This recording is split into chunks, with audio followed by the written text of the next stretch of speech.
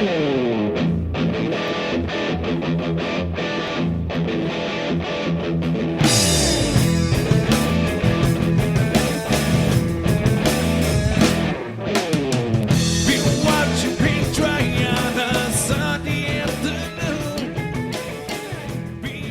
and welcome, everybody. Welcome to the No Name Music Cast. My name's Tim, and this is Joy. And this week on the No Name Music Cast, we have a very special guest. He's a singer, he's a songwriter, he's a performer, he's a YouTube sensation, no less. I know him as a member of the Freak Jam. I give you Mr. Phil Rees. How you doing? Really good, Tim. Hi, Joy. Nice to see you guys again. We're glad to have you. Yeah, we're glad to have you on our podcast. Now, I know that you've been a listener of our podcast for some time. Yeah, well, since you moved on to proper podcast apps, I've gone back and listened to a few of them on YouTube as well. But yeah, I listen on regularly on my Thursday or Friday commute. Regularly, I'm the one that you'll have heard saying Phil shouting at his stereo. That's me. I don't think we've ever met, have we, in real life, Phil? I think I only know you as somebody who lives in my computer. Yes, we are what's known in the industry as virtual friends, cyber friends. I mean, we met each other through lockdown, through the Freak Jam community. And I'd like to think that all three of us have become quite close over that period, having seen each other regularly, watched each other perform, chatted online, chatted offline, and yeah, really got to know each other. And it's been really wonderful getting to know you guys, and it's been really lovely hearing you and your podcast develop and grow, and I'm really honoured to be a guest, so thank you for asking me. Well, thank you. We appreciate you being on the show because the lockdown was a very unique time for everyone. And Ian Jam, or I call him Ian Jam, you call him Ian Husbands, but his Radio Freak Jam really sort of brought that community together. And if it wasn't for that, I would have never even known you. Absolutely. And it's a really special, lovely community as well. It's really super supportive. And as a musician, I do consider myself a musician. I found that actually getting to know the guys in there has been a massive boost to me and to my confidence and to just my ability to learn songs and to become a better musician and more capable. So, yeah, we owe a lot to it. And yeah, thanks, Ian, and a more public forum than just saying it to your face. And for me, that's exactly how I met Phil as well. You guys have heard us talk about the Freak Jam on here. We used to do some trivia nights and different things like that. And then I started watching the YouTube videos. Me and Phil instantly kind of got along because we're both loud interrupters who have strong opinions. Loudmouth idiots, I think is the correct term. I wasn't going to go there, but thanks. That's true. I mean, most of my interactions with Phil now are just me sending him weird little things on Facebook that are like, hey, is this a simulation or is this real life? And he's like, no, it's a simulation. Obviously. Chances are too slim for it to be anything else. It's fair. Absolutely. And also I send Phil Alan Partridge stuff because Phil is a Alan Partridge super fan like me. And Phil very kindly sent me every word of Alan Partridge in a book. It's like, I forget what the book's called, but it's superb. Every ruddy word. It's a well-thumbed tome in this house, let me tell you. What was it you called the garbage can? The skip? Skip, yeah. Okay, so I was asking them on my Facebook, people who listen to the show, what question should I ask Tim? And all that Phil wrote was, what is a skip? And I didn't even know. I don't bloody know Bobby Moore. I don't bloody know Bobby Moore. I don't know. Yeah, it wasn't. Yeah. But I didn't even know what a skip was. And I was thinking like a skip, like I'm skipping down the road. It took me a long time to put two and two together. And then eventually Phil just sent me a picture of what looked like a giant trash can. It's a giant dumpster. Yeah. Used for construction. I mean, skip sounds cuter. It's funner. I like it. Don't get me wrong, but I didn't know what it was. Anyway. Well, fantastic. Well, I have a good question for you, Phil. So obviously you are a musician, performer, singer, songwriter, etc. Where did that journey start for you? So I wanted to meet girls. Being completely honest, that's why. So I've always loved music ever since I was a little kid, and we're going to go through some of my musical journey in a bit. But I always loved the guitar, and the myth that you're told when you're younger is that if you play guitar, you're going to meet girls and they're going to fall in love with you. It's absolutely not true, but when I was turning 14, 15, I decided that I wasn't being very successful, so I'd cheat.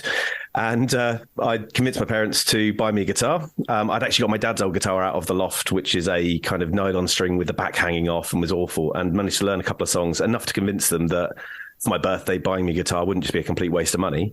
So I got a little Squire Strat and bought a little practice amp and immediately fell in love with it. And now it's almost, well, I was 15 then, so it's almost like 10 years later, and I'm still playing. It's a lot more than 10 years, by the way. I was like, I feel like that seems wrong, but I'm going to go with it. I'll let you have it.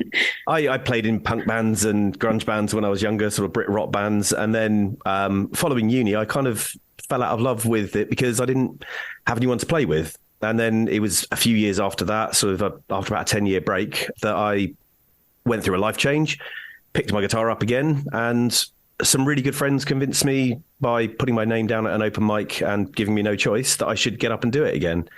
And it's now sort of 5 years later, and I'm gigging fairly regularly. I've written a bunch of songs. I've got a EP coming out at some point when a good friend of ours rebuilds their studio. And it's going really, really well. And it's the most important thing for me is it's a great escape, and it's a great way of dealing with my mental health and sort of having an outlet to vent my spleen and to sort of put my outlook on the world. And sometimes you just want to hit a guitar really hard and make a bunch of noise, and you feel much better after doing it. So yeah, that's kind of where it all started and where it all kind of kicked onto. But it's a really important part of my life. Fantastic. And obviously you write a lot of songs, and when you was on Radio Freak Jam, I think most weeks you were performing one of your own originals. I think you used to do one original, one cover. Yep, that was the formula. Do a cover, get the audience in, then do the original, see if they stay. And with regards to writing your own music, what were your influences? So it's something I've done ever since I first got a guitar. So it's sort of always seemed obvious that if you're going to get an instrument, then you're supposed to write your own songs with it. Because I didn't have any lessons or anything like that, I was learning. I mean, the songs I learned early doors were the likes of Oasis and things like that, which are fairly simple. And there was, again, we're talking the mid-90s to age me, there was an idea that anyone can pick up a guitar and write a song. And you didn't have to be the greatest musician in the world. It was kind of that punk ethos, but in a more Britpop-y way. And so from being sort of 15, I started writing my own songs. And again, then when I picked the guitar back up again, I just continued doing it. Influence-wise, it's hugely wide-ranging. I mean, I think anyone who's listened to my stuff can hear the fingerprints of Frank Turner all over it, because he's one of my absolute very favourites. But then the likes of Jimmy Eat World, the likes of Nirvana, Foo Fighters, who are effectively the same band. That's going to get some hate. Don't come for him, internet. Don't come for him. Yeah, that's a controversial take. Maybe. I mean, again, maybe they'll shut us down because of that. I can't believe I got it cancelled. But yeah, I mean, then even to more things like the Prodigy, bands like who lesser known like Radiator. There's a band called Los Campesinos who I absolutely love. I'm wearing their T-shirt now. Who lyrically have influenced me massively. They talk very openly in their lyrics about their mental health and their mental state, and that's something which is kind of rare particularly within rock music, and particularly within males within rock music. And I find it incredibly freeing to be able to do that and kind of lay myself bare on the track. And everyone can take different things from it. Yeah, absolutely. Because most rock music is like girls, cars, and some kind of variation of the two. It's not common. Yeah, it is uncommon.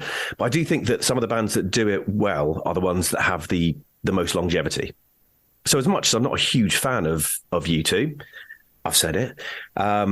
We just said it on the last episode, so you're fine. But they have got some incredibly insightful lyrics, and some very well constructed lyrics. It's not my cup of tea, but that's no surprise that, again, REM, another similar thing. Mm-hmm. They've had incredibly long careers by being not just surface. Well, and another band I talked a lot on the podcast that I find very interesting that kind of fits into what Tim was saying is like the, women, cars, people just assume that. But if you ever listen to the Rolling Stones, like actually listen to their lyrics, they have some of the deepest lyrics of all time. I'm not a big Rolling Stone fan by any stretch. They've been able to manage it very well and hide those little messages in there because they have kind of a funky, more upbeat, jazzy kind of sound. I don't know how to explain it. They have that connection. Even some of their big hits are about quite hard-hitting subjects. So Gimme Shelter is a great example of that. And if you don't know what it's about, I'd recommend going and doing some research on the subject matter. Mm-hmm. And again, Sympathy for the Devil is a really cleverly well-constructed song. And that's two of their massive big hitters. Yeah. That's just a great example of that the band that's actually longevity that has been able to do that and do that well. Let's go into the songs that you picked out. So we sort of call these episodes the soundtrack to your life. So we ask you to pick out some songs that are really important to you. It's sort of like Desert Island Discs without the desert island. Without probably. The copyright issue. There's a little asterisk at the end of that statement. Exactly. So I'm sure what you picked out is incredibly diverse, and I'll be looking forward to seeing what you got. So what's your first song from the soundtrack of your life? So the first song is Money for Nothing by Dire Straits. Absolutely fabulous song. Why did you pick that one out in particular? It reminds me of car journeys with my parents and specifically my dad. So Brothers in Arms and then latterly the greatest hits with the neon man on the front from the Money for Nothing video it's one of like the 4 tapes that were constantly in my parents' car. And I always loved the guitar sound in Money for Nothing. It made you want to go get a guitar and play it. And it felt like it was something that's tangible that could be done, but also magic. And yeah, so it reminds me of being a kid. Every time it comes on today, it just takes me straight back to there. I used to work in a kitchen for a bit, and we had a tradition at the end of the night when the last ticket came through and was done, and before we shut down, we'd turn the stereo up really loud, put on Money for Nothing, and we'd just become an air band, like running around like absolute lunatics. Singing along, air in the trash. That's why it took me so long to get my check that night. The food had gone.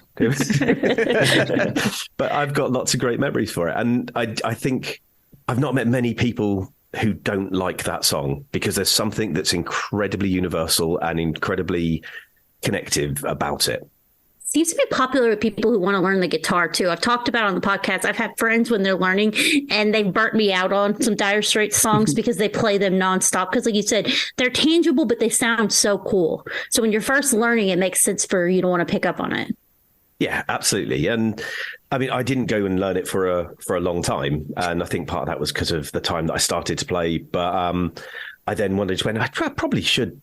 Yeah, that can't be that. And actually, the main riff to it is pretty easy to do. But it's very easy to make sound great, which he makes it sound so amazingly tight and clean whilst playing with. And it's, once you get the effect right, it's easier. But I still struggle with not knocking other strings and things like that whilst I'm doing it because of my style of play. Well, that's the thing with Knopfler. He's so unique that he plays with his fingers. So like he has the sound is always very different when he plays just because of his finger style. I was to say, where's Tim telling us the exact style it's coming? I know it is. I mean, I've said on the podcast how you exactly get the sound from Money for Nothing, so I don't think I need to repeat that here. But I went and did it and went. Bloody works, isn't it? Well, I did it on a YouTube video. But you know what's funny is you're saying how it reminds you of your dad in the car. When I was growing up, my dad had a Morris Marina, and it had a selection of tapes in it. And one of those tapes was, in fact, Brothers in Arms. And Money for Nothing was a staple of driving around on a Sunday morning, going to the paper shop. So is it almost exactly the same? Yeah, absolutely. And I mean, I was actually, the only difference is we were in the reverse when it came out. So I was living in America whilst you were in Hounslow at that point. Yeah, I think you've spoken about that before. Where did you live here? We lived just outside Boston. Okay. And then we moved up to just outside Toronto. My dad worked for Raytheon and was moved around with that. So I went to the first up between just about to turn 4 and just about to turn 8. I was living in USA and Canada. So my early schooling and things were there. And that's why I spell everything phonetically. Well, and to be fair, Phil, you don't have a super strong, distinctive accent. You have a very neutral sounding accent. Yes, yeah. I mean, that's also partly because of where I live and grew up. From a kind of it's very much in that Middle England. Makes sense. I wouldn't have said northeastern, but now that you said it, I hear it. Okay, I get it. Not that anyone was questioning whether it was true or not. Like I'm sitting here going, well, was it really, Phil? I don't know. With that, you can move. I'm just lying to look cool. Other thing, though, I'll get it on the podcast because, as some of you may have heard, there's another person who gets a shout out sometimes. The lovely Sarah, who is doing the Hospital Radio Hotspot, and I managed to frustrate her every single time that song comes on by going, right, come on then. What's the fact about it? I don't know. Who does the backing vocals? And every single time she's forgotten. And every single time she's like, just hate you. Why can't you just say what it is rather than quizzing me on it? And the reason is I love a quiz. But they're joy. Who does the backing vocals on Money for Nothing? I have no idea. Tim knows. I know who plays drums on it as well. Of course. Well, it's Mr. Omar Hakim, who is a renowned session drummer, and the only part the Dire Straits drummer plays is the drum fill at the very beginning. I would have never known that, but I'll take Tim's word for it. It's fine. I'm just going to double check. Yep, that's absolutely true. As long as there's no follow-up questions. Yeah, the backing vocals are, of course, done by your friend and mine, Sting. Exactly, or as he's now known, the Police. Tim literally told me that on a previous episode. I swear to you that's came up before. Anyway, I'll probably forget too, Sarah. It's just me too. Do you remember the episode where I couldn't remember Roxanne? Did anyone? I spent 20 minutes trying to remember the name of it. I was like, it's a girl. And Tim's like, that doesn't narrow it down. Every song's titled after a woman. Make more sense here, Joy. Would not render her pleasurable on mine eye. All right. What's your next song? All right. Let's move on to your next song, Phil. My next song is from a very similar ilk. And it is, again, songs that remind me of childhood. And again, this one reminds me of my parents. And it's Little Lies by Fleetwood Mac. Ooh, that's a good one. I haven't actually heard that song in a long time because all the other Fleetwood Mac songs get paid so much. Yeah. And it's Rumours is the go-to because it's absolutely wall-to-wall perfect. But Tango in the Night is one of the very first CDs that my parents bought. And we had it on tape for the car and CD for home. And I've got such a fondness for that whole album because of that was living in Canada. And it was long road trips we saw the Northern Lights at one point. And yeah, Little Lies was the track on there, which really connected with me at the time. And because of the fact it's in spite of the quite deep and dark lyrics to it, it's a really jangly, happy pop song, which they managed to put a bunch of depth into. Well, and everything, I always prefer the ones that Christine wrote. For some reason, Christine McVie, her writing, because she wrote that one, I think probably co-written with her husband, but her writing style was my favorite in Fleetwood Mac. And the songs that I tend to prefer come from her catalog. Yeah, no, it's an absolutely brilliant song. And it's one that has, again, a bit like Money for Nothing, has kind of stood the test of time. And I can still listen to it today without kind of, it's not a guilty pleasure of any kind. It is just a brilliant, brilliant song that has kind of, it sounds very 80s, but it still sounds fresh and it still sounds, it's a really enjoyable one to listen to. And again, when you're a kid, you don't listen to the lyrics, and then going back as an adult and listening to it, and it's actually quite a heartbreaking song about being in a relationship and it all going wrong, but not wanting to admit that it's going wrong, which it's a huge amount of depth to what is basically a pop song. No, and I was going to say about like Tango in the Night. I would go as far as to say I think I prefer it to Rumours probably for the same reason as you, because that was the album that was out when I was a kid, and I sort of went back and found Rumours, and of course it has amazing timeless songs on it, but Tango in the Night, I connect with that much better. Yeah, I think that the only thing that lets it down is that the production on it is incredibly 80s, whereas Rumours has aged slightly better because it hasn't got the synthy, polishy sound on it. And songs such as, I quite like going and listening to some of the newer versions of those songs that have been done. So there's an absolutely wonderful version of Big Love that's been done. Oh, yes. Firstly, without the awkward sex noise, and then also without the awkward kind of synthy polish in the background. And that taken away, you really see what an incredibly high quality song that is. Although even having the sex noise in it is funny, so we can. There we go. Are you talking about the version that Lindsey Buckingham does by himself? Yeah, the solo acoustic version with Lindsey Buckingham is just phenomenal. Because there's like the extended dance mix too, right? Doesn't that exist? It's like 12 minutes long. Almost certainly. And I would imagine there's also the Crazy Frog version, which... Probably. That sounds right. I'll take your word for it. Yeah, I've tried to play that version of Big Love, the acoustic version that Lindsey Buckingham plays. I just can't get my head around that. How he can sing that passionate vocal and do all that finger picking stuff all at the same time, I just cannot comprehend it. It's so quick as well. Both hands are moving so fast, and he is note perfect with the vocals. It's absolutely amazing. And so it's so important that he could nail that, but I couldn't imagine trying to do both things at the same time, which is why I'm not a guitarist to begin with. But anyway, I have zero hand-eye coordination, everyone. Zero. Yeah, I do think actually that's one of the reasons that Fleetwood Mac have been around so long, and kind of sad to see that they are now officially over, is because the fact that they had really well-written songs, but they were delivered with such passion and such skill that they resonate across generations, which you look at a lot of the other music which came out around the similar sort of time, and there's not a huge amount of it which will stand that test of time. And the same will happen with today's music. There's a bunch of stuff out there. A load of it's garbage, but there'll be some absolute great things which will be listened to in 50 years' time. Which is really the key. And I feel like there's just certain bands that the ones that tend to transcend for me are also the ones that don't tend to stay in their own little box. Like each album from like, I don't know, another example is ABBA that comes up a lot on our podcast. Each album has like its own kind of narrative and its own kind of sound, but they did it well. And because, some people will try to sample other music and it's like, oh my God, please just stay in your lane. But if you can do kind of and step outside of your genre, have these different takes, I think that those are the artists that tend to, like you said, matter in 50 years from now. Yeah, absolutely. A lot of it's also just loving what you do. If you're not cynical about it and you absolutely adore the music that you're making, the chances are that it will last.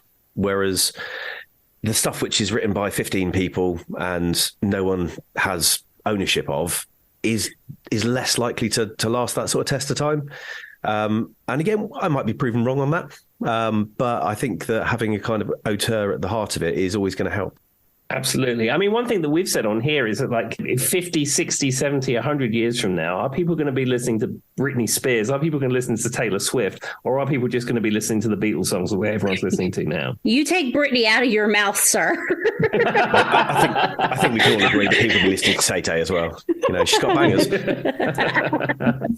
Taylor's fine. She could go, but you take Britney out of your mouth.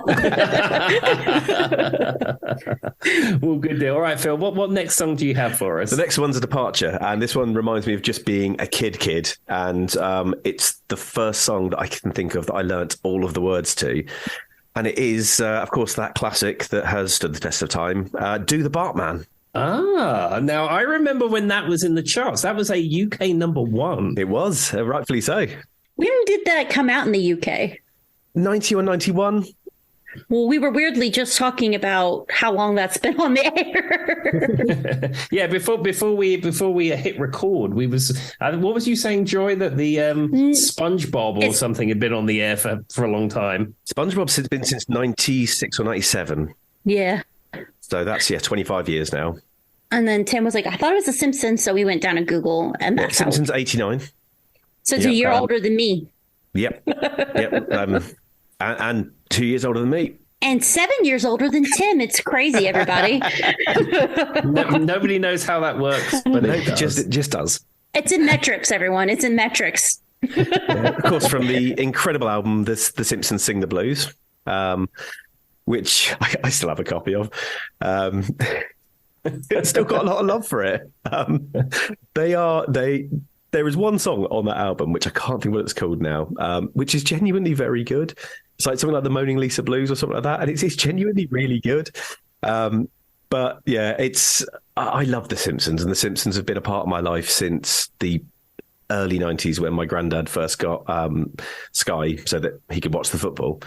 And we'd go around there on a Sunday and have Sunday lunch, and I'd be able to watch The Simpsons at his until it kind of came onto terrestrial TV later in the 90s. And I guarantee a day hasn't gone past since probably 93, 94 that I haven't quoted The Simpsons at some point. It's just so embedded in my life. Yeah, I mean, I remember when The Simpsons started, and like you say, it was a Sky exclusive to begin with, because at the time, my dad worked for a place that sold TVs and videos, and they started getting Sky satellite dishes. So they had all the promotional material, which is all Simpsons posters and Simpsons merch and Simpson all this, that. But it was just huge cultural phenomenon. And it's, as you probably know, it started off as a sketch on the Tracy Ullman show, and then it got launched into its own thing. And like, how many years we later? 30 plus years later. Fourth series, I think, is on now. It's so 34, 35. Season 34 or 35, I think, is on the air at the minute. Well, and it's an influence for so many other things. Like, we all know all the other animated TV shows that we love that are adult oriented. They all spun from The Simpsons. Maybe a little bit of Beavis and Butthead too, but mostly The Simpsons. But the way it's written is absolutely incredible as well. And if it was pitched to a network, it would never be allowed. So there is 2 writers' rooms of 10 people who all work on separate episodes, and they all come up with ideas, and they all pitch it together, and they all write it together, but autonomously. And then they don't really interact, and then they've written the episode. One person gets their name written as the writer, and they just kind of spin throughout the season, so everyone gets the credit. But it's a phenomenally collaborative, and some of the people who've written on there are well known for going on to great things. But yeah, it's a brilliant thing. And actually, the music within The Simpsons itself is top notch. If I say the word the Stonecutter song, 99% of the listeners are now playing that song in their head rather than listening to me. Well, the question I have for you though, Phil, you do the Bartman. Have you ever performed that? I've not. But I am happy to at some point. I'll tell you what, Tim, when you come over here and we go down the jam, we'll do the Bartman together. I would absolutely love it. And I would like you to do it in your Phil singer-songwriter style. I don't want you to do it in the kind of like pop style it is. I want it to be completely changed into your own personal style. Yep, I'm going to make a note of that now. You start practicing it right away. Rework has been written next to that, and we will be working on it. Fantastic. I think Do the Barman, isn't that the one? It's either written by or co-produced by Michael Jackson. Co-written and co-produced, I think, by Michael Jackson. Although officially that's not true, because it would have caused him so many legal issues with his record deal. Mm-hmm. Yeah, it remained off I think that they put him as a co-writer, but they wouldn't write him as a producer or one or the other. They would do one, but not the other. He definitely he performs on it as well, I believe. And again, it's conjecture because there's no evidence of it, because it would again cause some problems with his record deal. But I'm pretty sure that he did actually perform in part as some of the harmonies and backing vocals. I've heard those rumors. They have not been confirmed. Wink. Allegedly.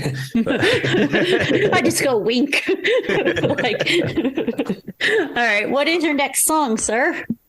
My next one, it was a real step change in my musical life for me, because I was big into kind of pop music, as you can tell from Do the Bartman. So liked all the kind of early 90s dancey rubbish, and had moved away from guitar music. And then Christmas of 1991, I went to my uncle and aunt's house and sat playing the Commodore 64 with my cousin, and he had been given 2 tapes for Christmas. One of them was REM Automatic for the People, and the other was Nirvana Nevermind.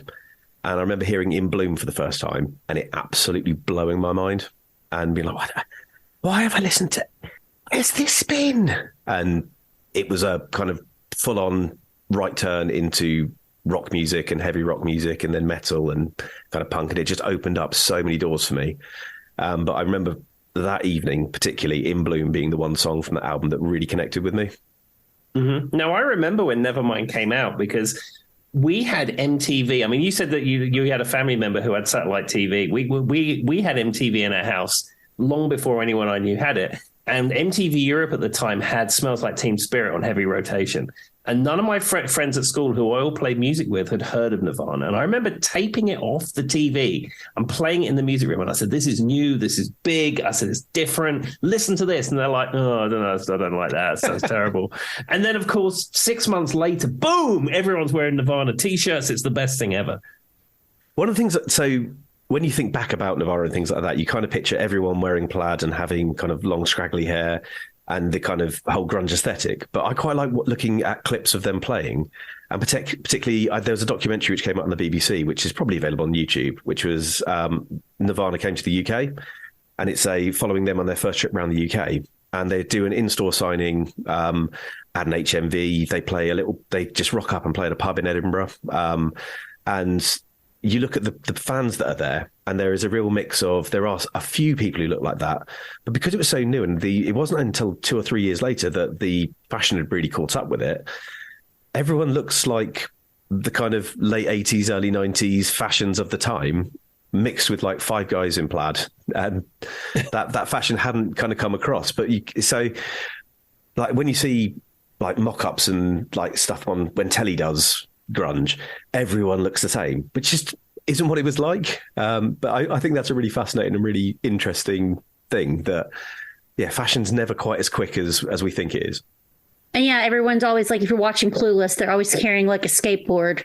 Like no one was actually carrying that skateboard around, but on Clueless, they all were. Yeah. Seattle rock look was a whole thing for a while. But it's funny though, because I guess it's kind of like which came first. Did the music come first, or did the scene come first? And probably the music. But it caught on like wildfire. There was like in America, I know in the early 90s, grunge was a huge thing. But then as quickly as it sparked, it was gone. Like it was, yeah. As I'm sitting here wearing plaid, thanks for that call out, Phil. Nobody else can see me, but it's rare for me not to be wearing it. So I made my choice in '93 and I stuck with it. Fair enough. But no, it's the interesting thing is that in my lifetime, I'd say probably 4 or 5 times the look has come back in one way or another. And we're in the UK at the minute, we're bang in the middle of another revival of it.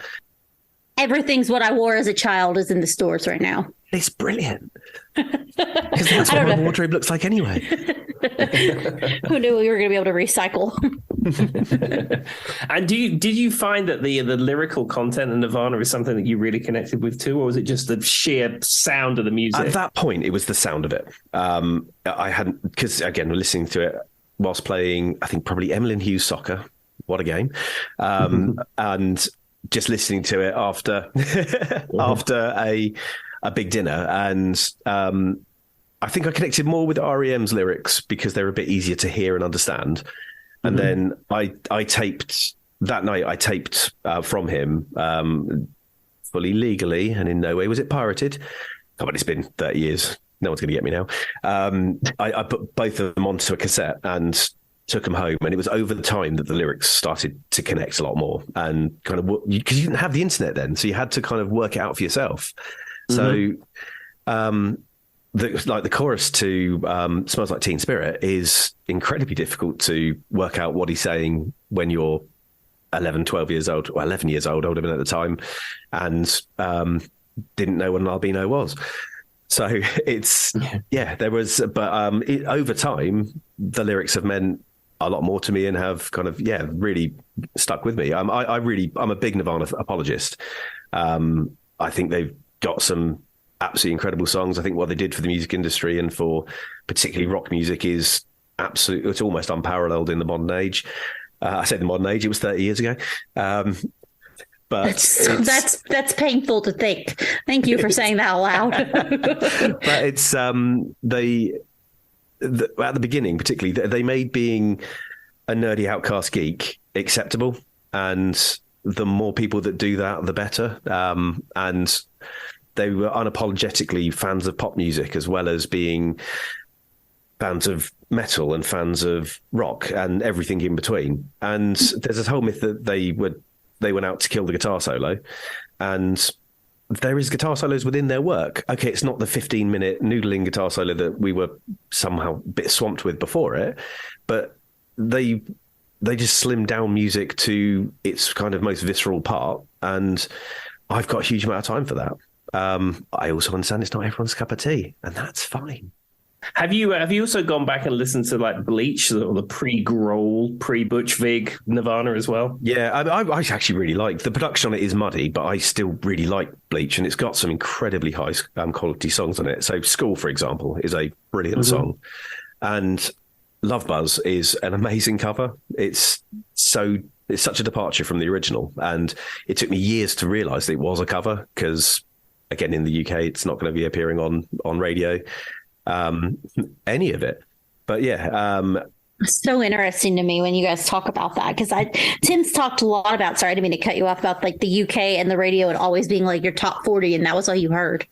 Pretty much. There's, I think, two channels. So Absolute Radio and XFM, who play alternative music, and everything else is basically pop. But back to Nirvana, my favorite of their albums is In Utero. I think it's the most sonically and lyrically interesting. It's not as accessible, and I think really deliberately so, but I think it's filled with absolutely brilliant songs and some really great insights lyrically and some really powerful lyrics. Yeah, I think my favorite Nirvana song is actually from In Utero. It's Heart-Shaped Box. And I know that was a single, but I don't know, sonically and the chord changes in it and stuff like that, I think it's very interesting to listen to. Yeah, it's not just three chords and a chorus. There is that kind of, and whilst it's still fairly easy to play, and it's a song that most people pick up fairly quickly, and it makes you feel like you're a good guitarist because it's not just jing, jing, jing, jing. There's not a second wasted in it. And one of the things Kurt was incredibly good for on guitar was leaving space and using silence. And he lets things ring in that song in a really clever way that gives it a lot of clout when it hits the chorus. I can agree with that. And even though it is one of their mainstream songs, like Tim pointed out, I think it's probably at the top of the list for me too. As someone who's not a huge Nirvana fan, and I mean, obviously I know who they are and listen to them, but like you were saying with the chorus where it's like the, hey, wait, whatever, and he's got the different pieces, the way the guitar does make that sound and keeps, like, he holds his chord and it just keeps going. It really does help bring that emphasis in there. And I never thought about it, but that's a great way of looking at it. The other thing, which Nirvana never gets talked about really, because of the fact that you've got Dave Grohl playing drums, who has gone on to be a megastar. And Dave, if you're listening to this, I want to be your best friend. Can we just be mates? And I'm sure he does listen to the No No Music podcast, of course. Everyone does.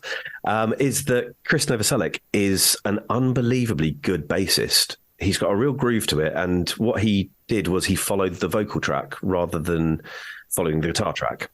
So what gives a lot of the clout to the song, because the guitar wise, it's most of it's just incredibly easy, which is one of the reasons that lots of people who play guitar picked it up, and it was things that we started learning quite early on. And one of the things that potentially they get criticised for is that they are quite uncomplicated, but actually the basses on it, the bass riffs on it they go all over the place, and they are interesting, and they follow the vocal track more than they follow the guitar track, and that gives it an extra dimension and an extra little bit of poppiness. But yeah, I mean, I think they're an incredibly good band. They were hugely important to me when I was younger. I would recommend that if anyone kind of enjoys their work, to go and listen to the box set, which name entirely escapes me, but it's all available on Spotify and other streaming services now. And it gives you a kind of journey from being a bedroom rock band to stadium fillers, and how their kind of journey went throughout it. And you can hear a lot more depth of it. But as many teenagers in the 90s were, I was fascinated by Kurt Cobain and read huge amounts of stuff about him, and lots of the biographies, and some which are nicer about him, some which are a bit more cruel and cash-in-y. But I think he's a really interesting person, and his legacy has been massive. Well, I tell you what, let's move on to the next song in your soundtrack of your life. What do you have for us next? The next song is from an album which I've probably listened to more than any other. And I first heard this song, I bought the tape at HMV at the airport when we were flying out from the UK back to America for the first time since having left and emigrated back to the UK. And it was on now 32 or now 28, one of the 29, 28, something like that. Mm-hmm. There's a billion of them. And it's Buddy Holly by Weezer. Oh, this is a favorite of mine. I watched the video to Buddy Holly probably more than any other music video, if I'm being honest. Do you know what? It's incredible, and it stands the test of time. Like, okay, possibly less so for the youth of today who don't have a clue what Happy Days is, but using the tech they were using at the time to drop them into Happy Days, and it still looks great, and I still laugh at the bit at the end. How was the fish? Not so good, Al. Yep, not so good. But you're right. I mean, what year did you say it was? 95, I believe. 94 or 95. I think it came out as a single in the UK in 95. Yeah. So it's 1995 technology. And it's just they rebuilt the set that looked the same, and they're just cutting between the scenes. And I think they degraded the footage so it all looks the same. But it does stand the test of time. It's really well done. And it's an absolute banger as well. It's a really, really great pop song. And it bridged that gap, that post-grunge gap of to what would come next. And it's so melodic, and the harmonies are fantastic. The little hoo, all of that stuff. And I mean, the guitar lick in the middle, the is absolutely iconic.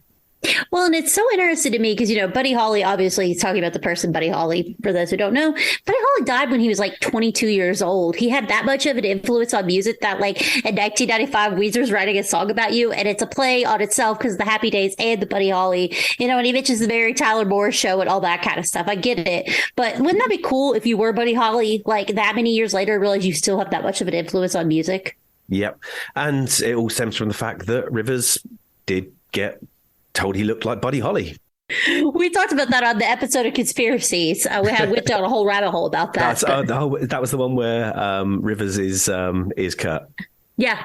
Yeah, I mean, that's obviously true, isn't it? I mean, look at them. They look nothing alike, so perfect. But yeah, no. I'm a massive, massive Weezer fan, and I heard that on the kind of compilation album, and then went and bought the Blue album very shortly afterwards and have listened to it consistently. There's probably a 10-year period where I listen to it at least once a week. And then it still just continually comes back. I can play every single song on that album on guitar and regularly do. I regularly play Say It Ain't So when I was doing the live streams. It's one of the kind of staples of that set. And it's just, again, there is not a single bad song on that album. It's brilliantly well crafted. Pop punk before it was pop punk. I was going to say, it really kind of was the bridge before we hit like the Bowling for Soup and like Good Charlotte and all that kind of stuff. It was the intro between it. Yeah, it was. I mean, Weezer and Jimmy Eat World have got a huge amount to answer for, but God, I love them for it. And one thing I like about the song Buddy Holly as well, I mean, it has that counting at the beginning, but it's straight in. It like hits you, boom. Yeah, absolutely. It's a proper like bouncy. It's difficult not to move when you hear it. It's it's got a real groove to it. It's great. It feels like one of those songs that if you were talking to someone and they said they didn't like it, you'd be like, what's wrong with you, mate? A little bit of judgment, just like a tiny bit. Who hurt you? How do you not like this song? What was your take on their cover of Toto's Africa? I absolutely loved it. I thought it was brilliant. And what I really love is Africa's version of Hash Pipe in response. Yeah, absolutely I've seen phenomenal. that. Yeah. Absolutely, I love. Yeah, absolutely brilliant. Also, have you heard their cover of Enter Sandman?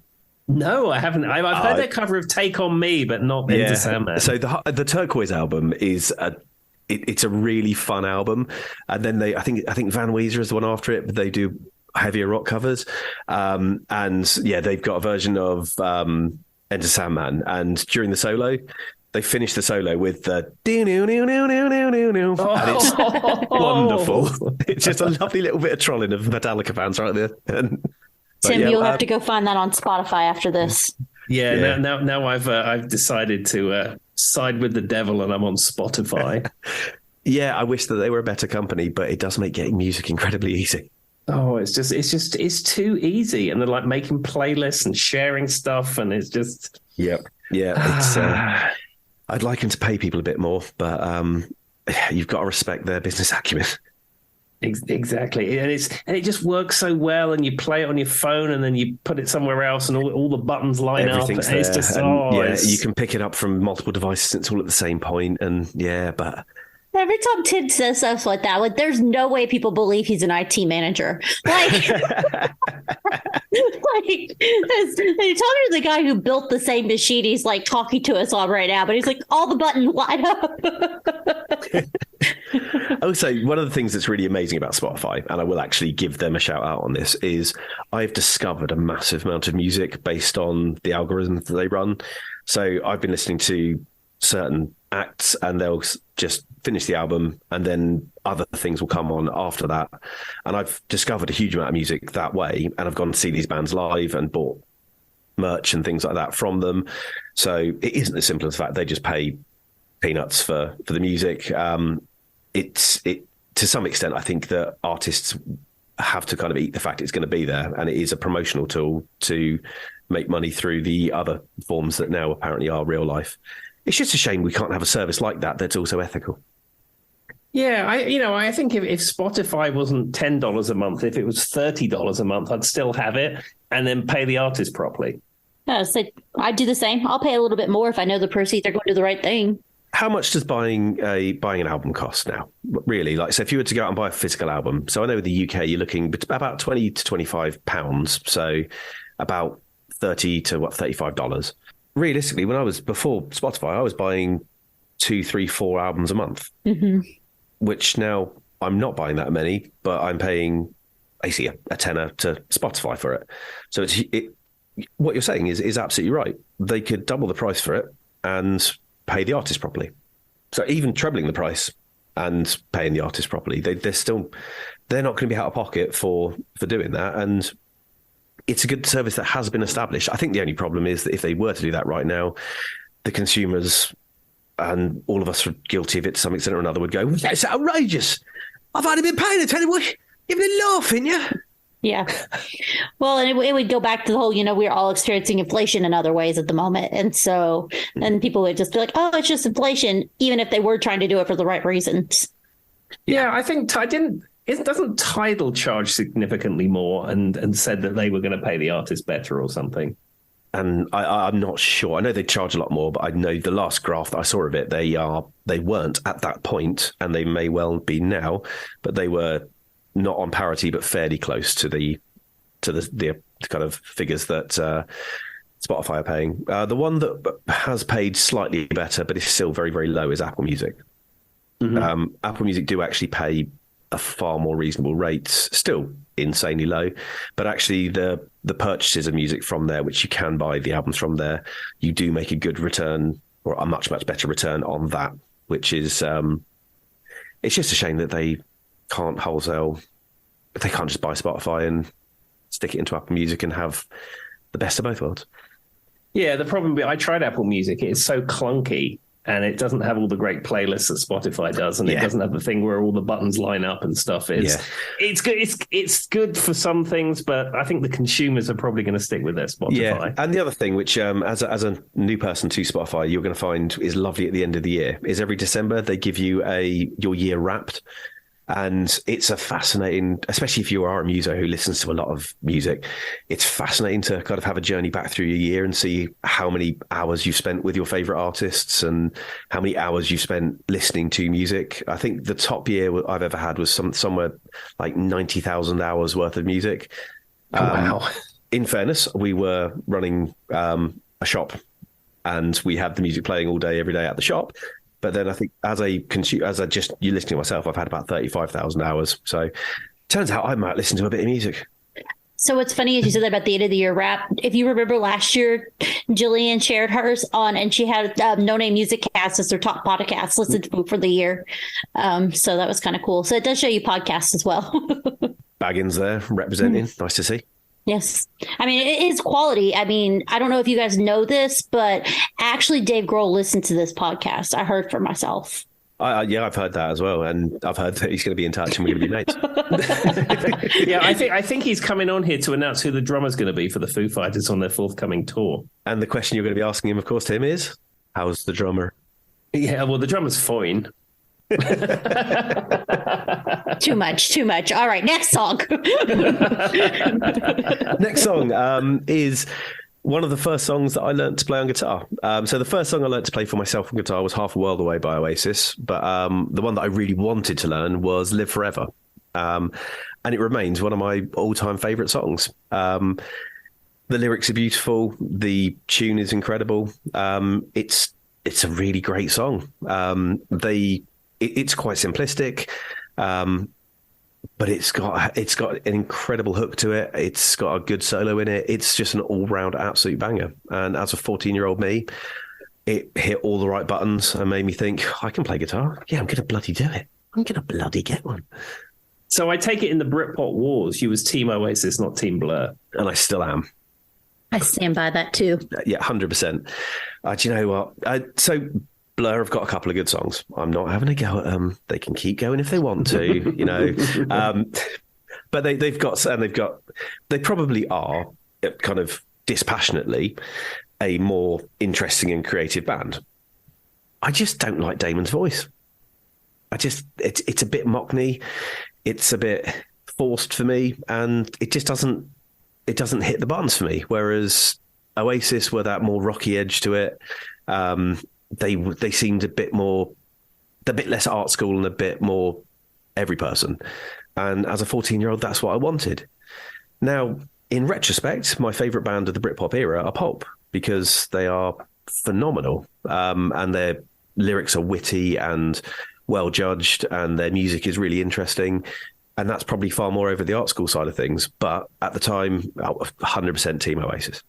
And I think the thing about Oasis is that they had that, whether it was contrived or whether not, they had that rock and roll attitude about them. And they were always in the tabloid newspapers, and it was always something kicking off with Oasis. Yeah. And it was more rock and roll than Blur. And like you say, Blur were more sort of art school, fancy, rich boy types. Yeah. And they had their first album, Modern Life is Rubbish, is very arty and trying things. And, you know, there's obviously a space for that in the world. I've gone back and tried to listen to it, and it's just not for me. I like a lot of the music which is influenced by them and a lot of their influences, but just Blur leave me a little bit cold. Except for Song 2 and Coffee and TV, which are absolute stone cold bangers. Absolutely. And Coffee and TV has that fabulous video with the milk cartons. Great video. Yeah, that's my wife's favourite Blur song, purely just because of the video. Fair enough. And it's sung by Graham Coxon rather than Damon Albarn. I was going to say, Tim, I've never heard what team are you? I'm assuming Oasis, but you've never actually said. Well, I can tell you at the time, back then, I did not care for Oasis at all. It was nothing that connected with me. I just didn't like it at all. And of the two, I would have probably said Blur at the time. But I think with the sands of time now going past, there are a number of Oasis songs I really like. And Champagne Supernova in particular is by far my favourite Oasis song. So my first gig was Nebworth in 96. And John Squire of the Stone Roses came out and played Champagne Supernova with Oasis. And it was wonderful. Wow. It's worth revisiting because that's now all available up on Spotify. We're not sponsored by them, by the way, anyone listening. Or Apple Music or Tidal or other streaming services are available. But it is, yeah, it's I've really enjoyed being able to go back and listen to, and the live show is available on, I think, Paramount or one of the other streaming services. And being able to kind of watch it from the edited version, having been in the crowd as a kind of 15-year-old, getting so excited about seeing my favourite band. And like the support acts that day were amazing as well. There was Manic Street Preachers were the main support, who it sparked a lifelong love of them as well. They're one of the bands I've seen the most, probably like 25, 30 times, and brilliant band. And before having seen them there, I was not that enamoured. Wasn't that bothered by them, and saw them play and was like, they are just brilliant. Live concerts can really do that for you, though. There's been bands that I had zero interest in, and then you see them play live once and you're hooked. It never goes back. 100%.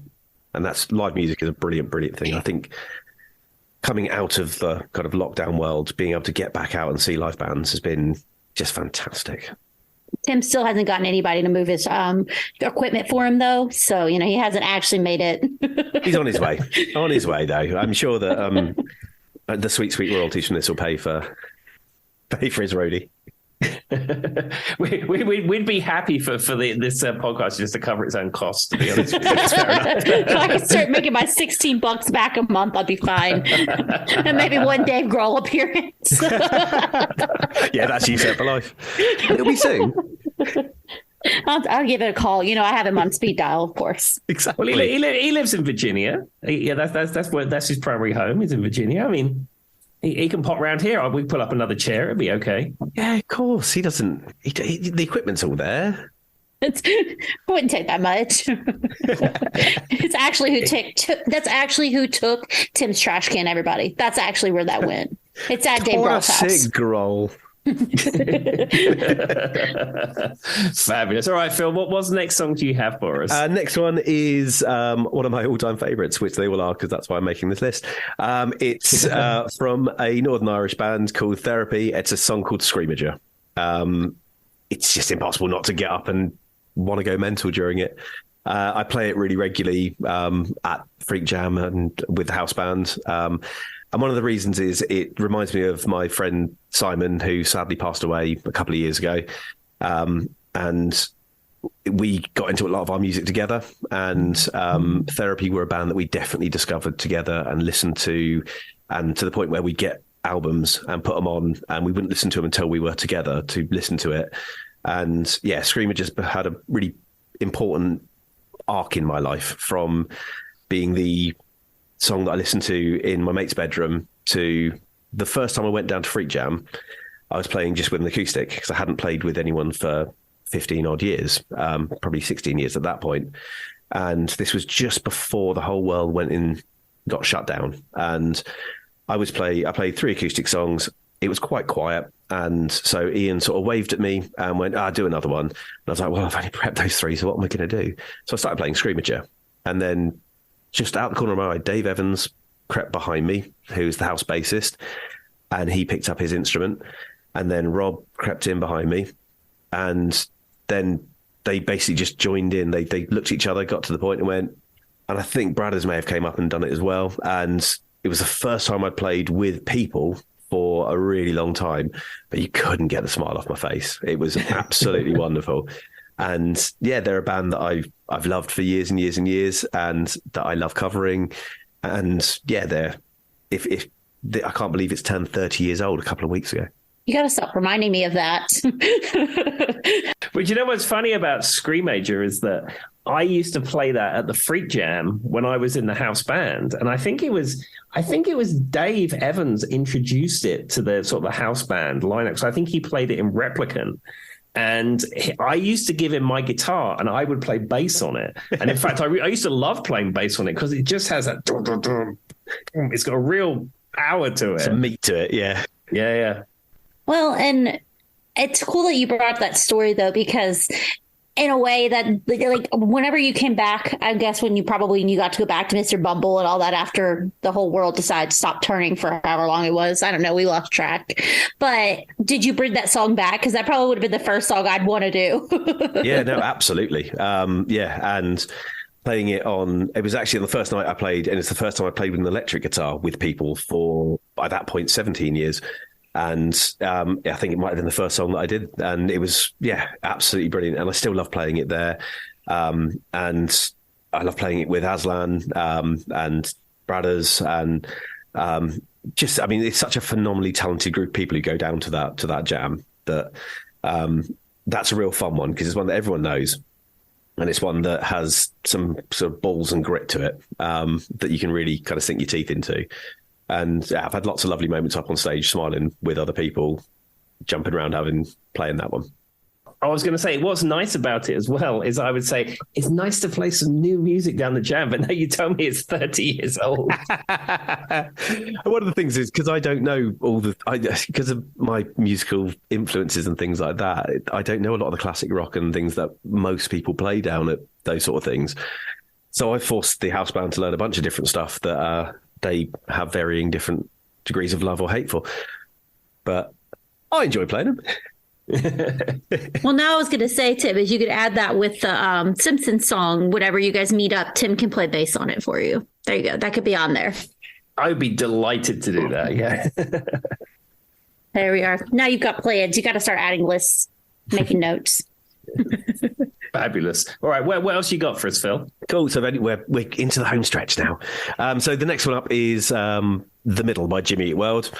I remember getting the album back when it was called Bleed American, before the unpleasantness, and playing this incessantly. I think I heard it on Joe Wiley's show, and went out and got the album that day. And it's such a massively positive, happy, believe in yourself song that I've listened to at tough times and it's really stuck with me, and I've listened to it at good times and it's really stuck with me. It's an absolutely brilliant song, fantastic lyrics, catchy as hell, but yeah, really fantastic song. And Jimmy Eat World I've got a trifecta of acts who are actually going to make up the next three. So this one and the next two, who are my three, I would say, favourite bands. And I managed to see two of them together on one lineup, and Jimmy Eat World were the opener on that day.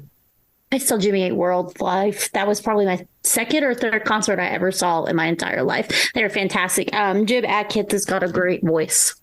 Oh, absolutely. His solo stuff's really good as well. They're the first band I ever went overseas to see. So me and my friend Richard, who are both big fans, flew to Berlin to watch them at a venue in Berlin about 15 years ago now. But yeah, they're an amazing, amazing band. They've got some incredible songs. Clarity, Bleed American, and Futures is a run of three of the best albums. There's very few bands have had three albums that all three of them are absolutely incredible. And I would argue that across those three albums, there's probably not a bad song on them. Well, I didn't fly to Berlin. I just saw them in Charlotte, North Carolina. But we'll go with your story. That sounds good. Sorry. I mean, they were great, though. I did enjoy the concert. And yeah, I saw them last year. They headlined the 2000 Trees, which is a festival over here. And again, they're absolutely incredible. Ripped the roof off the place. Got to a point where I turned to Sarah and the friends I was with and went, I'm going to need to just disappeared into the crowd and end up getting right down to the front and bouncing around for a couple of songs like I was a much younger man. Did you wear earplugs? I didn't, because it's outdoors. So the noise isn't quite as it's a festival that's aimed at older people, so it's not quite as all encompassing. Tim would disagree. He recommends everyone wear earplugs now. Yeah, and I have actually started listening to started wearing earplugs to gigs. Yeah, my hearing is so destroyed from playing rock and roll. If even like in a sound check, if I don't have my earplugs in, it like hurts. Yeah. I would say spending some money on them and getting a decent pair of earphones. If you play music or go to gigs regularly, it's worth the money. Absolutely. I mean, I have the ones that are molded for my ears, and they have the 15 dB filters in them. But even the ones you get in, as we would say, the drugstore in CVS or somewhere like that would be perfectly acceptable. Yeah. Anything that's going to just take out a few decibels and take out some of that top end is normally sort of, it's worth doing, because there's nothing worse than walking out of a gig and having your ears ringing. Oh, goodness me. When I saw AC/DC at Wembley Arena, I suffered temporary hearing shift in one ear for about 10 days. Oh, my Lord. That doesn't surprise me in any way with that scenario. But yeah, that sounds terrible. I mean, the last time, I saw Therapy at Casino in Guildford, which is a nightclub. It's a really weird little venue, but it's a nightclub in Guildford that is just up the road from where I live. And they were so incredibly loud, and I hadn't brought my earplugs with me. It's the first time in sort of 4 years that I've walked out going, yeah, that's a bit much. They were absolutely amazing, but just a bit loud for the venue. Interesting fact for you though, Joy. Do you remember the band Girls Aloud? Yes. So remember Cheryl Tweedy? Mm-hmm. Now Cheryl, whatever her name is, that is where she assaulted the toilet attendant and ended up in court for doing that. That is that venue. Was she under the influence, I would imagine, of something? I would imagine she had probably a cherryade and maybe a baby sham. Maybe. You know what she had? She had some Ribena and she hadn't diluted it. That all makes sense now. Which, Tim, you've been drinking Ribena recently, apparently. Yeah, because I got Joy to try Ribena, because Ribena and blackcurrant isn't a flavor they really sell here. But Kroger, we went to see Chad, and they have an international food section, and you can buy a bottle of Ribena that's like $15 or something imported. Yeah, so I got Joy drinking Ribena, so I went and bought some myself, and I've been enjoying. In fact, I have this has Ribena in it right now. Lovely stuff. Well, it's because blackcurrant was banned in America, for those who don't know, for years because of the tree, and it's something about it, like the plant affects pine trees, and so they were worried about it. I don't know, money. People for the pine tree people didn't want blackcurrant, is what I got. But it's allowed now. But it's just because, like, what's weird is I don't have a way to describe it because it doesn't taste like anything I've ever tasted before. It tastes like happy. Wow, that narrows it down, Phil. I was going to say the closest thing is cranberry. Tastes like just pure, unadulterated great and joy. There we are. You should be a copywriter for SmithKline Beecham or whoever owns it now. Yeah, it is. It's a pharmaceutical company, isn't it? Oddly, I think so. Yeah. The way you guys said yeah at the same time made me laugh. But anyway, I don't even remember what song we were talking about. Actually, Joe, have you ever had Lucozade? No. Oh my God! And you've been sick in your life and haven't had Lucozade? Jeez, how did you recover? So it is a medicine. I was going to say that sounds like a medicine, but apparently it is. Well, it has magical healing qualities. It was originally a medicine. I believe it might be the elixir of life, actually. But it was originally a medicine, and it was sold in pharmacies. But it's later just now it's a sports drink. It's got lots of sugar in it. Oh, so it's basically like Powerade or Gatorade. Yeah, similar sort of thing.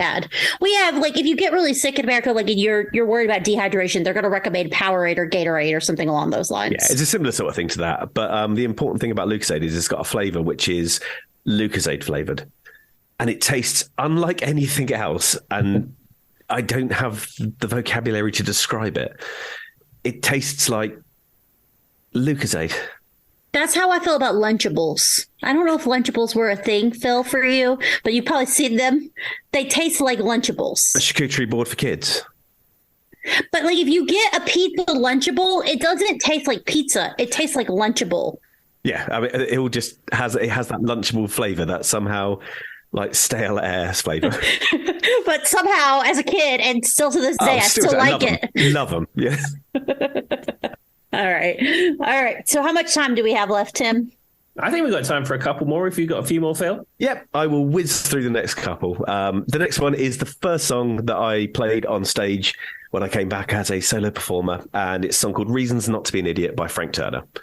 And it has the incredible first line of, "You're not as messed up as you think you are. Your self-absorption makes you messier," which I think is a fantastic message. At the time of starting to play again, I was going through a divorce, and that is the song which really helped me kind of get over myself and move on. And it is going to be my first ever tattoo, which I'm getting done in a few weeks' time, and probably only ever tattoo. But yeah, it's Frank Turner's an amazing artist. I've met him on a couple of occasions. He's an incredibly generous man with his time, and again, he's one of those people who is very, very honest on the page and in song. So if you haven't listened to him, go and listen to him. If you haven't seen him, absolutely take the opportunity if you get it. Yeah, I think he came here very recently, but I don't think he came anywhere near here. He played all 50 states in 50 days recently. Ah, that was it. Yeah, because I spend a lot of time on Twitter, though a lot of accounts are muted and I've got a lot of blocked keywords. So I just see the music stuff, the cool music stuff. And there's a lot of people in the sort of music communities on Twitter that I connect with who are super into Frank Turner. And they were going out to see him and just saying his shows were amazing. I mean, I've seen him now. It's over 50 times. Wow. And any chance I get to see him, I will go and see him. And to be fair, I'm less obsessive than a lot of his fans, who I know people who've seen him over 100 times. That said, he is one of the hardest working, if not the hardest working man in music.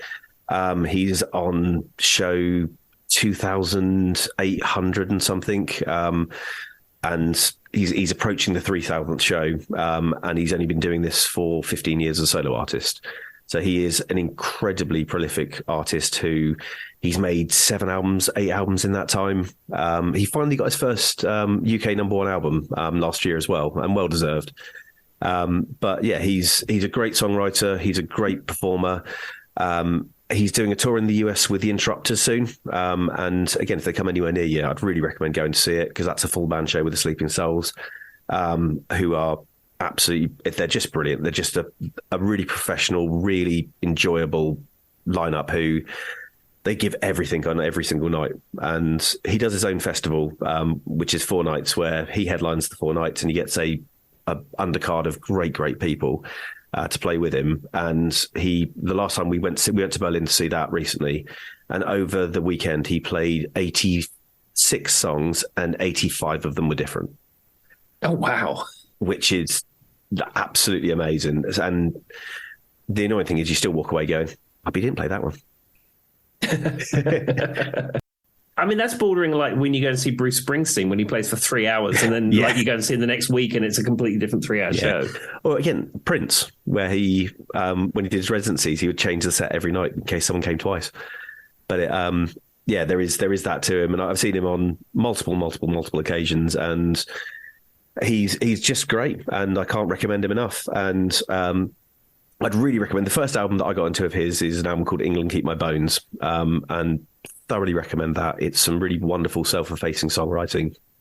There's a song on there called Redemption, which is beautiful and haunting, and it's a really great song. But the whole album's a really good jumping off point. He also managed to trick people at the Cambridge Folk Festival by playing a song that he wrote himself and pretended was a traditional English folk song. And people were coming up to him at the end and going, it's amazing. I really like it. And he was like, yeah, I wrote that myself. Of course. And when he performs, does he typically perform with a full band, or does he just go out just as solo acoustic? Either or. So I've seen him in sort of 100-seater venues playing just by himself, and I've seen him at the O2 playing with full band. And he does everything in between. He's a huge supporter of grassroots music and grassroots music venues. So he raised, I think it was over £100,000. I think that's easily over £100,000 for grassroots music venues in the UK during the pandemic by doing live streams and just asking people to donate. And yeah, he's a huge supporter of new music and grassroots music, and he's a really important person within that. He's currently the patron of the Music Venue Trust, and which is a brilliant charity that people should look up and has kept many venues afloat. Fantastic. I mean, that's so good to hear, because certainly in an era of, disposable pop stars that you've never heard of or wouldn't be heard of again in a few years' time, or people who are earning millions and millions of pounds or dollars and don't seem to care, to have somebody like that who's so passionate and who's leading that kind of stuff is so nice to hear. Yeah, absolutely. And I think that's one of the things that's going to give him the massive longevity is he's an incredibly generous person with his time and his patronage and his attitude. And he was in a band called Million Dead, who, again, go back and listen to them. If you like the hardcore sort of stuff, they were fantastic. And I saw them a bunch of times and didn't realize it was him until about 3 or 4 years into kind of following his music, and went, it's the same bloke. Plus he's from Winchester or Meon, so local. There we are. Just down the road. You're effectively neighbours is what you're saying. We're basically mates. I feel like the UK spends a lot more time knowing where everybody comes from than we do in America. Tim would be like, yeah, that person's from blah, blah, blah. And I'm like, I would know that. Would not. Class and location are far more important over here. Apparently. So I've got 2 more for you. Okay, yeah, what you got? The next one is a song by a band called Los Campesinos, who are a band who met at university in Cardiff. And I spoke about them a little bit earlier. It's a song called Avocado Baby. And it's a song that massively helped me through my divorce. It's got a line in it saying, oh, it won't get better. It doesn't mean it's going to get any worse. And at my worst points, that really stuck with me. And I think they're a band who don't get anywhere near the credit they deserve because they don't fit neatly into a box. But I would thoroughly recommend that everyone goes and looks up on YouTube the video for Avocado Baby, because it's a great song with really funny, insightful lyrics. And the video is really funny as well. But they're a brilliant band. Start to finish. They were used in a Bud commercial in America, a song called You Me Dancing, in a Super Bowl advert a few years back. It's the one where like the everyone's preparing for the Super Bowl, and like they're getting the grills on and the beer, and that they use that money to fund their next two or three albums. I like how he said that to me. Like, that isn't every Budweiser commercial ever. Yeah, pretty much. Like, you narrowed it down so much. Yeah, Los Campesinos, or the Spanish for the farmers. And yeah, it's really worth having a deep dive into their catalogue, because they are a band who've changed so much from what was known as originally as tweakcore into now kind of just really solid indie rock. But their lyrics are so insightful and hard hitting, and if you're a football fan, they've got some really, really good and funny, subtle football references in it as well. But yeah, I'm a huge fan of them, and that makes up my trip. So Jimmy Eat World, Frank Turner, and Los Campesinos are my kind of three touchstones of my favourite artists. So what you're saying is that when your Wrapped comes through in December, they're going to be your top three? They're always in my top three. They're always in my top five. Every now and then someone else sneaks in, and I had about an artist called Self-Esteem managed to break into it a couple of years ago. And again, if you haven't listened to her, huge recommendation for your listeners there. Self-Esteem, amazing, just joyous pop. It sounds interesting. Does he actually sing about an avocado at all? Yeah, it's so. I'm trying to figure out how the avocado works into this. Heartstone rhymes so tough it's crazy. That's why they call me the avocado baby. I mean, avocado's good fat, so I think he's complimenting himself. I'm just trying to wrap my head around, where does the avocado come into this story? I'm very literal. Yeah, it's more self-depreciating that he's saying his heart's made out of stone and his exterior is so tough. I get that, Phil. It's called humor. No, it's not. Take them seriously, Joy. God, I was just trying to make banner. All right. Did you have one more, sir? I have, and this one will be super quick. And it's a band that I saw yesterday, and it's a band who I got introduced to through Frank Turner, and they're coming across to the US soon. So for all you US listeners, look out for them coming and supporting a bunch of bands like the Bouncing Souls and Flogging Molly and things soon. They're called Pet Needs, and the song is called Tracy Emin's Bed. And it's got a brilliant lyric. So Tracy Emin is a famous British artist who slept in a bed without changing it for a year, and it then won the Turner Prize? You win a prize for that? Well, it's whatever art resonates most with the panel that year, and I mean, yeah, we could get into that. Anyway, but the lyric for their chorus is it's like Tracy Emin's bed in my head, kind of creative, but mainly just a mess, which is a fantastic lyric. I mean, based on what you just said, yeah. But it's they're a really, really great band. They're sort of 2 years into doing it professionally. They've had 2 albums out, and they're absolutely brilliant. I saw them in a tiny little venue in Andover playing an acoustic show yesterday. It was a matinee, which is a joy. And yeah, they're just great. I've seen them a bunch of times now. They're super lovely. I tried to convince them to let me support them, but unfortunately they'd already booked the person in. So I'm now badgering them for the next time so that I can open for them. But they're, again, generous with their time, really lovely people. Spent so long afterwards making sure everyone who was there, they got to have a chat with them, and sort of, they just seem to be doing things the right way. And their music is fantastic, and they're kind of punky. But the lovely thing is they were playing with just 2 acoustic guitars and 2 voices, and it still sounded absolutely amazing. So the reworking the songs, it's one of those things that we've talked about on Zoom calls before, that one of the hallmarks of a great song is if you can take away all the production, just play it on an acoustic guitar. And their songs absolutely kind of stand that test. Fantastic. And I take it their music is up on Spotify, of course, if you want to hear it. It's on Apple Music, Spotify, Tidal, Amazon Music, YouTube Music, other streaming services are available. Yeah, Our Price Records, wherever you want to find it. But again, because they're an indie, and so the last 3 that I've all said are all indie artists. I would really thoroughly recommend, if you do listen to them and like them, go to their website, order a T-shirt, order a vinyl, do something that supports them, because it means that they can make more music. That's what, and go out and see them 100%. They're so much fun. Johnny, the singer, is an absolute dynamo on stage. He's just, you can't take your eyes off him. He's so much fun. and I did actually play before them. I'm going to pretend I supported them. I'd say there was an open mic at one of the Lost Evenings, Frank Turner's thing, and I played 2 acts before them at that venue. So got to have a bit of a chat with them there, and sort of got to see them in real up close and personal there as well. And they're just great, and everyone should go and listen to them because they're loads of fun. Well, that is fantastic. Well, that's a good recommendation for our No Name at Musiccast listeners. Just before we wrap up, I think that there's 2 bonus recommendations that I should be making. So I may have did this, Tim. Joy asked me to include within my recommendations my favourite Spice Girls and Queen song. Now, the Queen song was obviously going to make it one way or the other. Just I love them, but we'll start with the Spice Girls. Huge amount of time for the Spice Girls. At the time, I was far too cool for them. I was like, pop music, it's rubbish, isn't it? But secretly, I was like, yeah, they've got bangers.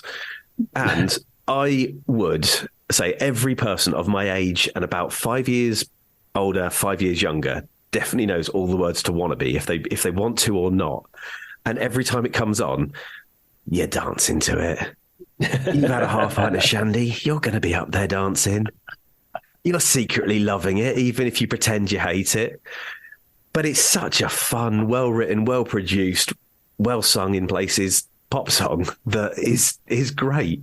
And I've got a huge amount of time for the Spice Girls. I love the story that Joy told on one of the Zoom calls. I think she told it on the podcast before about how they got their masters back from the record studio. Absolutely amazing. And they didn't get the credit as the artists they were at the time. When they went on Ivan Novello, they were quite roundly mocked for saying, "Oh, what the people who wrote the words Zigga Zigga." But actually, some of their songs are really well written and really have got great poignant lyrics, and they are fantastic pop music. Mm-hmm. And there's a reason that, again, almost 3 years after they last released an album, I don't know, it's the 90s, right? Yeah, it's 97, I believe, is the year. Yeah, well, I think we might be pushing 98 now, Tim. But, but it's all these years later, they still sound fresh. They still sound great. And yeah, I'll put it out there. I'm a Spice Girls fan. There we go. That was actually what I needed to know. I guess Phil passes the test. All right, and then Queen. I guess I'm just kidding. I love Queen too. And of course, the 4 cornerstones of rock, the greatest band in history. Queen. I had to pick 2 because you can't just pick one, can you? So We Will Rock You, because again, it reminds me of being a kid. It made me want to play guitar. It's so simple but so brilliant. And the song which I came to later, but I would describe as the thinking man's Bohemian Rhapsody, which is the Prophet song. Oh, that is the best one of those 2 off the Night at the Opera. Because Bohemian Rhapsody is the one that everyone says, but no, Prophet song, like you say, is the thinking man's Bohemian Rhapsody. Yeah, it's a brilliant song. It tells the story of Noah's Ark in an incredible, complex yet simple way. It's brilliant. It's an absolutely brilliant song. And when Freddie's doing that thing where he's singing with himself with the Echoplex, it is just amazing. Absolutely. And the fact they used to do it live. Yeah. It's mind-blowing that they sang that live. Because one tiny little... Doing it with a guitar, you are aware of that mistake throughout the rest of the echoing because of the fact that it's going to come. But you can kind of mask it. Doing that with a voice live, there's no going back. There's no. In what an unbelievable artist he was, and yeah, best frontman of all time, incredible lyricist, incredible musician. I've been a fan of Queen since before I can remember, but obviously I had to save him till the end because otherwise me and Tim would have spent the entire episode talking about Queen, as we have many hours on Zoom calls. Absolutely. I mean, as you know, I'm actually wearing clogs right now, so I'm channeling Queen as we speak. So. Well, and I inherited the Queen magazine that Phil sent Tim at one point. Phil very kindly sent me that Queen magazine, and I read it till the print fell off the page, and I almost could, all those articles, I could recite them, and I thought I need to pass this along because I've absorbed this information so much. I passed it on to Joy. It all went full circle. Yeah, and it's a really there's a few. I've got a couple more to send you as and when we get a bit more of a stockpile as well. Because of it being their 50th anniversary last year, there was a huge wealth of stuff that came out, and so I've got some more to send over as well, which I will in due time. But it's just an absolutely brilliant band that that I can listen to them across their catalogue at any time. It's almost one of those bands who, if I was going on a desert island, them, Weezer, Oasis, and Frank Turner, I wouldn't necessarily take any of them with me because I can just shut my eyes and listen to it all in my head. It's almost like you don't need that because I can listen to it if I want to or not, just mentally. Again, the guitarist we all want to be, and I would say this is every single guitarist in the world, whether they admit it or not, is Brian May. There is no one cooler. There is no one who is better. Well, and it's not even just the guitarist. It's the fact that he's literally a scientist and works with NASA. It's the fact that he's done so many great things. It's the fact that he's vegan and he cares about things. And he just seems like a really cool dude in general, outside of the guitar thing. Yeah, he seems like the nicest man. And everything which I've heard about him, it's really nice to have someone who you've idolized since you were a kid, who hasn't had it spoiled by being a complete idiot. And also, my girlfriend, Sarah, he was her first ever crush. I remember that. I remember that on our Zoom calls. I remember that came out because I was waxing lyrical about how much I love Brian May. And then she said, well, let me tell you about Brian May. She's just given me a big thumbs up. I'm not saying it, but she still would. I mean, it's the hair. The hair never changed. He's still defined. Absolutely. And it's Sir Brian May now, actually, if we're being correct with it. His recent knighthood, which again, thoroughly well deserved, just seems like an amazing, amazing person. Does he have an OBE or whatever? Well, he has MBE. He's Sir Dr. Brian Harold May, MBE. There it is, MBE. That's the one I was trying to find. Member of the British Empire. Random to me, but okay. Well, fantastic. Well, I tell you what, Phil, thank you so much for being a guest on the No Name Musicast. And you were the first person who said he wanted to be a guest from the get-go, so it all went full circle. And no, thank you very much for having me. It's been loads and loads of fun. It's always a great time talking to you. I love listening to you guys as well. And it's nice to do a Zoom call that we record so we can remember it. There we go. Now, if people wanted to connect with you, do you have a YouTube channel or so pretty much if you search the Phil Rees, which is Romeo Echo Echo Sierra, and pretty much all my music stuff is under there. So things like Spotify, SoundCloud, Facebook, YouTube, it's all there.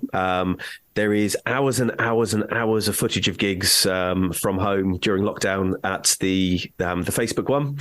And on Spotify, there is one track called Falling, which is on there. And there's going to be a bunch more. And we're going to close the episode, Phil, with one of your songs. Tell us about the song we're going to close with.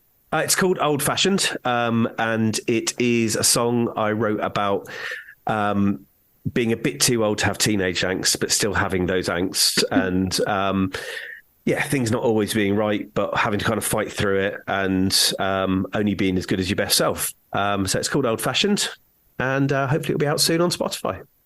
Here's Phil's song.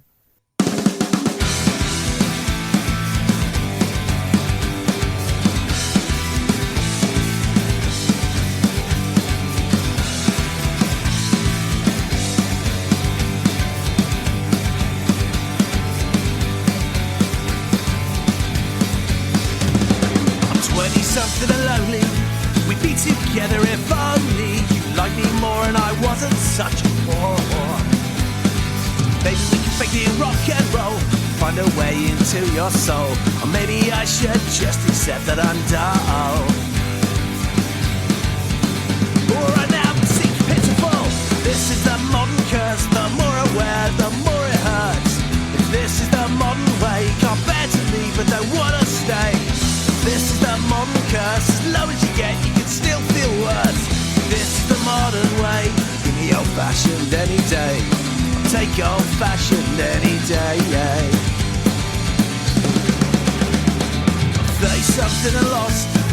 My youth has wandered off, and all I'm left left with a misplaced angst and a feeling that I want it back. I know there's many that feel this way, but I feel so alone today. I wish that I could make you mine. I know these things will get better with time.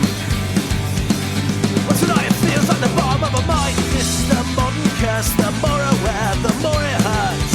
If this is the modern way, can't bear to leave but don't wanna stay. If this is the modern curse, as low as you get, you can still feel worse. If this is the modern way, give me old-fashioned any day. I'll take old-fashioned any day, yeah.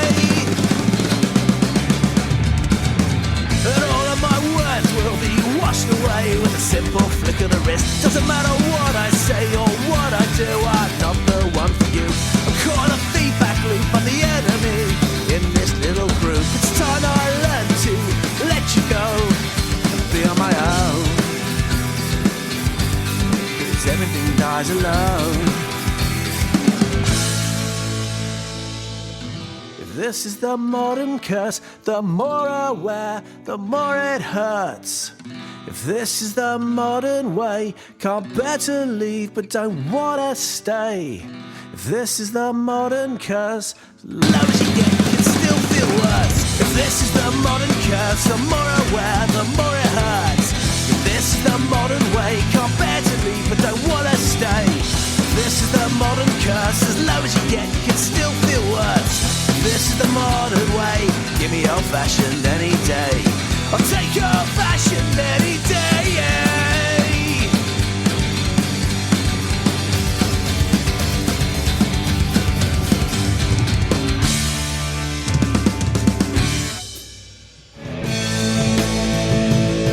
To remind me of another day to come.